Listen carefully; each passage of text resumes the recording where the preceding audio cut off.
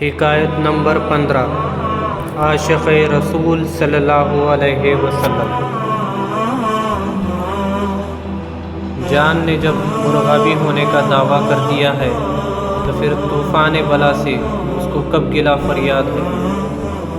مرغابی طوفان سے مغلوب نہیں ہوتی بلکہ موجوں کے نشیب و فراز پر غالب رہتی ہے۔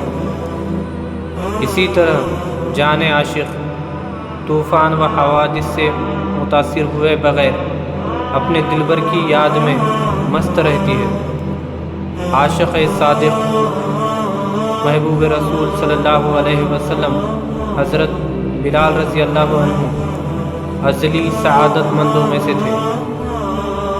آپ رضی اللہ عنہ امیہ بن خلف نامی ایک یہودی کے غلام تھے۔ امیہ کی اسلام میں دشمنی یہ کب برداشت کر سکتی تھی کہ اس کا خریدا ہوا غلام مسلمان ہو گیا ہو۔ میخانہ وحدت کا یہ مستانہ کیف و مستی میں کھویا رہتا تھا۔ حق تعالیٰ کی محبت نے کلمہ توحید ظاہر کرنے پر انہیں مجبور کر دیا۔ جان عاشق نے جب محبوب کے ہاتھ میں خنجر عشق دیکھ لیا تو بے خوف و خطر مقتل کی جانب دوڑ پڑی اور کہنے لگی، اے محبوب حقیقی، آپ رضی اللہ عنہ کی یاد میں نعرہ ہائے عشق مجھے اچھے لگتے ہیں اور قیامت تک اے محبوب اسی طرح مستانہ نعرے لگانا چاہتا ہوں۔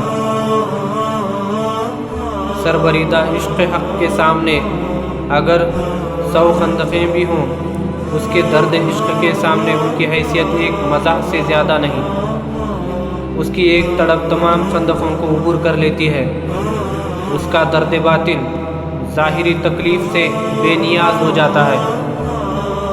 حضرت بلال رضی اللہ عنہ کا نعرہ احد لگانا تھا کہ اس یہودی کا غیظ و غضب ان پر ظلم اور ستم کی صورت میں برس پڑا۔ آپ رضی اللہ عنہ کو اتنا مارا کہ لہو لہان کر دیا، پھر گرم ریت پر لٹا کر گھسیٹتا اور کہتا کہ آئندہ وحدت کا نعرہ لگانے کی جرت نہ کرنا۔ حضرت بلال رضی اللہ عنہ بزبان حال عرض کرتے، آپ صلی اللہ علیہ وسلم کی محبت کے جرم میں یہ کفار مجھ کو قتل کر رہے ہیں اور شور برپا کر رہے ہیں۔ اے محبوب حقیقی، آپ بھی آسمانی دنیا پر تشریف لائیے اور اپنے عاشق کے اس تماشے کو دیکھیے کہ کیسا اچھا تماشا ہے۔ ایک دن حضرت ابوبکر صدیق رضی اللہ عنہ امتحان گاہ عشق سے گزر رہے تھے۔ حضرت بلال رضی اللہ عنہ خستہ حال اور لہولہان حالت میں احد احد کا نعرہ لگا رہے تھے۔ عاشق کی آواز میں حضرت ابوبکر صدیق رضی اللہ عنہ کو بوئے محبوب حقیقی محسوس ہوئی، جس سے آپ رضی اللہ عنہ بہت متاثر ہو گئے۔ حضرت بلال رضی اللہ عنہ کی اس مظلومیت کو دیکھ کر حضرت ابوبکر رضی اللہ عنہ کا دل تڑپ گیا اور آنکھوں میں آنسو آ گئے۔ آپ رضی اللہ عنہ عاشق زار کو کہنے لگے کہ تم دل میں اللہ کو یاد کر لیا کرو، اس موذی کے سامنے ہرگز ظاہر مت کیا کرو، یہ ملعون ناحق تجھے ستاتا ہے۔ چند دنوں کے بعد پھر حضرت ابوبکر رضی اللہ عنہ کا ادھر سے گزر ہوا۔ دیکھتے ہیں کہ پھر وہی ماجرا ہے، یہودی ان کو بری طرح مار پیٹ کر رہا ہے۔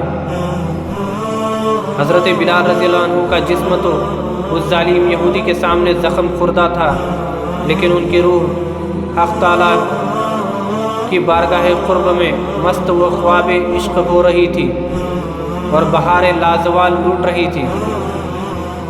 حضرت ابوبکر صدیق رضی اللہ عنہ نے پھر نصیحت فرمائی کہ بھائی کیوں اس ظالم کے سامنے نعرہ مست لگاتے ہو، دل میں خاموشی کے ساتھ احد احد کہتے رہا کرو۔ حضرت بلال رضی اللہ عنہ نے عرض کیا، اچھا پھر میں توبہ کرتا ہوں کہ اب آپ رضی اللہ عنہ کے مشورے کے خلاف نہ کروں گا۔ جب پھر حضرت ابو بکر رضی اللہ عنہ نے ان کو سکوت و خفا کی نصیحت فرمائی تو حضرت بلال رضی اللہ عنہ نے پھر توبہ کی، لیکن جب عشق آیا تو ان کی توبہ کو کھا گیا، یعنی توبہ ٹوٹ گئی۔ عاشق کو ذکر محبوب کے بغیر کب سکون ملتا ہے؟ حضرت بلال رضی اللہ عنہ ہزار مصائب و آلام کے باوجود راز عشق کو مخفی نہ رکھ سکے۔ عشق خوبی جب اپنا چلا کمان پر چڑھاتا ہے اس وقت ہزاروں سر ایک پیسے کے عوض بک جاتے ہیں۔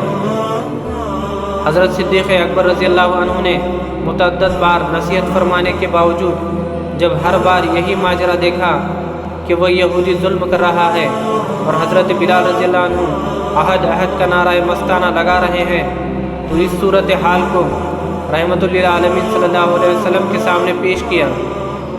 حضرت بلال رضی اللہ عنہ کے مصائب سن کر آپ صلی اللہ علیہ وسلم کی آنکھیں اشکبار ہو گئیں۔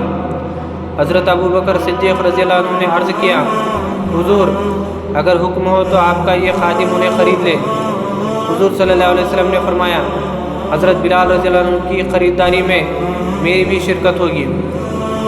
اس کالے جسم میں اللہ تعالیٰ اور اس کے رسول صلی اللہ علیہ وسلم کی محبت کا ایسا نور جلوہ گر ہو گیا تھا کہ حضور صلی اللہ علیہ وسلم بھی اس کے خریدار ہو گئے۔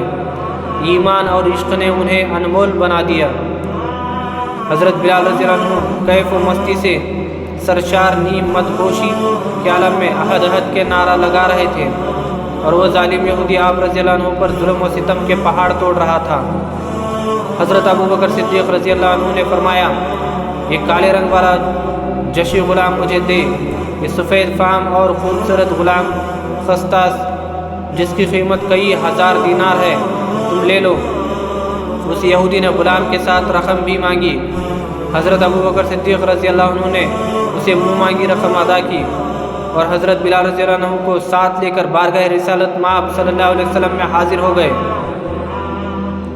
حضور صلی اللہ علیہ وسلم نے اپنے عاشق زار کو آغوش رحمت میں لے لیا۔ ہجر و فراق کے لمحے بیت گئے۔ بلال رضی اللہ عنہ کی پیاسی جان نے جو لطف اس وقت محسوس کیا اس کا اندازہ کون لگا سکتا ہے؟ دکھ درد کے ماروں کو غم یاد نہیں رہتے، دکھ درد کے ماروں کو غم یاد نہیں رہتے، جب سامنے آنکھوں کے غمخوار نظر آئیں۔ حضور انور صلی اللہ علیہ وسلم کی آنکھوں میں محبت کے آنسو تھے اور فرمانے لگے۔ آپ صلی اللہ علیہ وسلم نے فرمایا، اے صدیق رضی اللہ عنہ، کیا میں نے تجھے کہا نہیں تھا کہ مجھے بلال رضی اللہ عنہ کو آزاد کرانے کے شرف میں شریک کرنا؟ تو نے اس کو کیوں تنہا خریدا؟ اے پاکیزہ فطرت آدمی! حضرت ابو بکر صدیق رضی اللہ عنہ نے عرض کیا، یا رسول اللہ صلی اللہ علیہ وسلم، میرے ماں باپ آپ صلی اللہ علیہ وسلم پر قربان، میں اور بلال رضی اللہ عنہ آپ صلی اللہ علیہ وسلم کے ادنا غلام ہیں، اور میرا سب کچھ تو ہے ہی آپ صلی اللہ علیہ وسلم کا۔ میں حضرت بلال رضی اللہ عنہ کو آپ صلی اللہ علیہ وسلم کی خدمت اقدس میں پیش کرتا ہوں، آپ صلی اللہ علیہ وسلم قبول فرمائیے۔ الہی، کیا شان ہے تیرے نام کی، کن ناقابل تسخیر قوتوں کا مخزن ہے تیری ذات پر ایمان، کیا عظمتیں ہیں تیرے محبوب صلی اللہ علیہ وسلم کے توق غلامی کی، جن کو یہ سرمدی نعمتیں ارزانی فرماتا ہے۔ وہ ذرے ہوں تو رشک آفتاب بن جاتے ہیں، وہ خطرے ہوں تو سمندر کی بے قرانیوں کے امین بن جاتے ہیں، وہ غلام ہوں تو دنیا کے کج کلاں ان کے باج گزار بن جاتے ہیں۔ بجھ گئے جس کے آگے سبھی مشالیں، شمع لے کر آیا ہمارا نبی، کون دیتا ہے دینے کو منہ چاہیے، دینے والا ہے سچا ہمارا نبی، غمزدوں کو رضا مزدہ دیجیے، بے کسوں کا سہارا ہمارا نبی۔ اس حیات سے، اس درس حیات سے ہمیں یہ نصیحت حاصل ہوتی ہے کہ حضور صلی اللہ علیہ وسلم کی محبت میں اگر جان بھی چلی جائے تو یہ گھاٹے کا سودا نہیں ہے۔ دین کے راستے میں جب مشکلات آئیں تو ہمیں حضرت بلال رضی اللہ عنہ جیسی ہستیوں کی زندگیوں پر نگاہ ڈال لینی چاہیے